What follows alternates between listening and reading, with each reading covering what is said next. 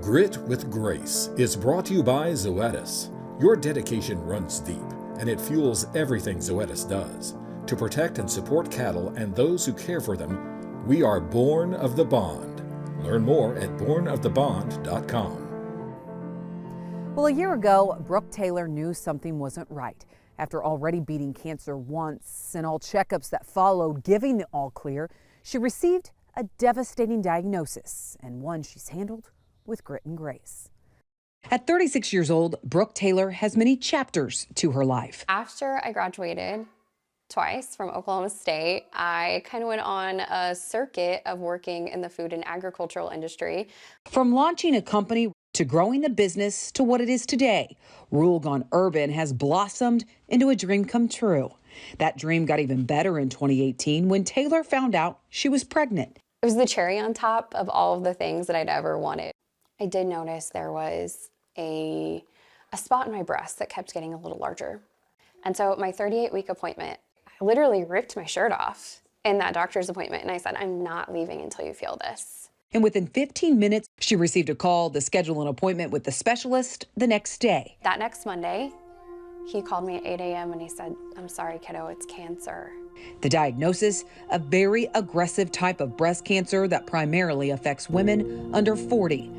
And by 2 o'clock, I found out that the child I was carrying was a girl, and she entered the world via C-section. Named after her great-grandmother, who was a dairy farmer in Indiana. So Elsie James Taylor is the reason that I'm still here today.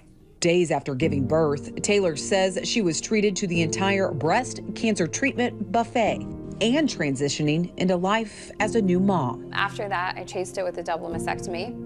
I chased it with 5 weeks of radiation during a pandemic. I had a preventative hysterectomy and oophorectomy. I had a reconstruction surgery, and then I was good.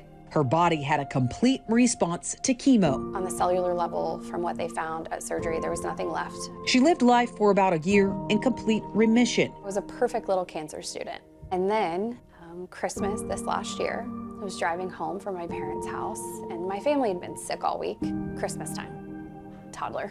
It was during that drive a year ago that she felt a swollen lymph node on her neck. So I called my doctors and I went in and I said, I don't know what's going on, but something is broken. Once again, her instincts were correct. My cancer is back, and it is very angry. Stage 4 cancer. Heartbreaking news that she shared on her Instagram. Am I devastated? Grandma, look at me. Yes. The anniversary of the day my dad had passed away from cancer, I learned that the breast cancer had returned. It was in my neck and my clavicle, my ribs, my spine, and then most of my pelvis. The cancer was everywhere. If you have metastatic triple-negative breast cancer, the average lifespan after that diagnosis is 13 months, which is this March for me. With the diagnosis came other news, a cancer-fighting medicine that had been in trials for a decade and was just approved by FDA. Because I had responded well to a platinum-based chemo, because I am a BRCA1 gene mutant carrier, I checked the boxes for this medicine, and it's working for me. That medicine that's helping her survive also caused Taylor to undergo nearly 20 blood transfusions this summer. And I've had 2 clear scans, and while my doctors won't say that it's gone, it's not there. Taylor says it's a miracle she's here, but the reality of beating 2 aggressive forms of cancer isn't something that just goes away. A girls' dinner this past week, and we were talking about teachers and who else they might have for pre-K or first grade. And all I could think about was, they're all just talking like it's okay and it's normal, and like I might not even meet those teachers. It's just my reality.